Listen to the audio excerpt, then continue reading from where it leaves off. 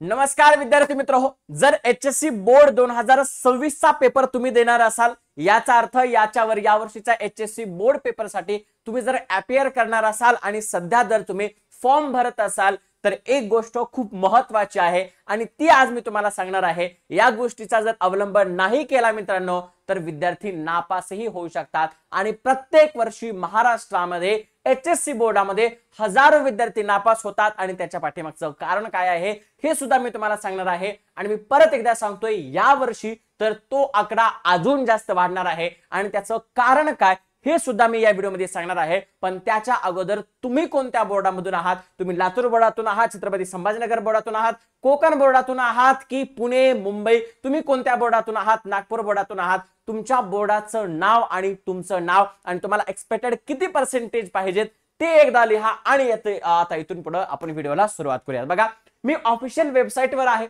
आता तुमचा प्रश्न असेल सर ऑफिशियल वेबसाईट तुम्ही का लावले, याच्या पाठीमागचं कारण आहे। इथे तुम्हाला दिसत असेल की माध्यमिक शालांत परीक्षा आणि उच्च माध्यमिक शालांत परीक्षा या परीक्षांचे फॉर्म सुटलेले आहेत, बरोबर आहे, ते तुम्ही भरलेलेच असतील। आणि दुसरी एक महत्त्वाची गोष्ट म्हणजे काय, महाराष्ट्रातील जे ख्यातनाम आणि उच्च प्राध्यापक असतात त्या प्राध्यापकांना एक माहिती देण्यात आलेली आहे। आता तुम्ही म्हणताल सर ते कोणते प्राध्यापक, तर असे उच्चस्तरीय प्राध्यापक जे आपला सिलेबस बनवतात आणि जे आपले पेपर सेट करतात। तर खाजगी आणि साध्या शब्दामध्ये असे प्राध्यापक हे पेपर सेट करत असतात, बरोबर आहे। आणि त्या प्राध्यापकांच्या काही मीटिंग सध्या चालू आहेत आणि एकदम वरच्या हालचाली चालू आहेत। आता ही पूर्ण गुप्त सूत्रांची माहिती आहे, त्याच्यामुळे या माहितीला आपण उघड सांगू शकत नाही। पण एक गोष्ट सांगू, खूप काही हालचाली चालू आहेत आणि त्या हालचाली कशा पद्धतीच्या आहेत ते मी तुम्हाला सांगतोय। बघा, मी काल एक व्हिडिओ टाकला होता, त्या व्हिडिओमध्ये मी सांगितलं होतं की केमिस्ट्रीचा पेपर पॅटर्न कसा असणार आहे। तर केमिस्ट्रीचा पेपर पॅटर्न हा न्यूमरिकल ओरिएंटेड झालेला आहे। अर्थातच काय न्यूमरिकल ओरिएंटेड झालेला आहे म्हणजे त्याच्यामध्ये न्यूमरिकलची जास्तीत जास्त भरती करण्यात आलेली आहे, हे तुम्हाला माहिती आहे, तुम्ही त्या व्हिडिओमध्ये पाहिलेलं आहे। आता इथून पुढचा खूप महत्त्वाचा मुद्दा काय तो मी तुम्हाला सांगतोय। बघा, आता मी एक स्टेटमेंट इथे करेल की या वर्षीचा पेपर पॅटर्न, या वर्षीचा एक्झाम पेपर जो आहे तो अवघड येणार आहे। तुम्ही म्हणता सर प्रत्येक वर्षीचा बोर्डाचा पेपर अवघड येतो, या वर्षी काय नवल आहे अवघड येणार आहे। बघा, त्या प्राध्यापकांना काही सूचना दिलेल्या आहेत। त्या सूचना, पहिली सूचना काय आहे, एक्झाम पेपर हा कॉम्पिटिटिव्ह बेस असला पाहिजे। बघा, पहिली सूचना आहे एक्झाम पेपर हा कॉम्पिटिटिव्ह बेस असला पाहिजे। म्हणजे काय, आपल्याला जास्तीत जास्त थिअरी अवॉइड करायची आहे, जास्तीत जास्त विद्यार्थ्यांना पाठांतर करावं लागणार नाही, तर विद्यार्थ्यांना जास्तीत जास्त थिअरी लिहावी लागणार नाही, असा पेपर बनवण्याच्या सूचना देण्यात आलेल्या आहेत, असा आराखडा बनवण्याच्या सूचना दिलेल्या आहेत। म्हणजे आपला पेपर कसा असणार आहे, कॉम्पिटिटिव्ह पेपर असणार आहे, आपला थेरॉटिकल पेपर जास्त नसणार आहे, म्हणून न्यूमरिकलची संख्या प्रत्येक सेक्शन मध्ये वाढवलेली आम्हाला पाहायला भेटते, बरोबर आहे। इथून पुढचा मुद्दा काय, तर कॉपीला आळा बसवायचा आहे। लक्षात ठेवा, कॉपीला आळा बसवायचा आहे, त्याच्यामुळे भाषा विषयाचे पेपर सुद्धा ऍक्टिव्हिटी बेस करण्यात आलेले आहेत। कसे करण्यात आलेले आहेत, ऍक्टिव्हिटी बेस केलेले आहेत। तुम्हाला सुद्धा लक्षात येत असतील ऍक्टिव्हिटी बेस असतात, बरोबर आहे। म्हणजे कॉपीला आपण जास्तीत जास्त आळा घालू शकतो आणि जास्तीत जास्त मेंदूचा वापर, बुद्धीचा वापर करून पेपर आपण सॉल्व्ह करू शकतो। आता अजून दुसरं काय आहे, तर सीबीएसईच्या धर्तीवर, बघा सीबीएसईच्या धर्तीवर कॉम्पिटन्सी बेस प्रश्न विचारले जाणार आहेत।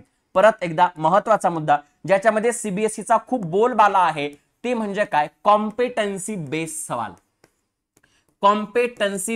सवाल जास्तीत जास्त आले पाहिजेत। म्हणजे थेरॉटिकल क्वेश्चनची कमी संख्या आणि कॉम्पिटन्सी बेस सवाल, त्याच्यानंतर केस बेस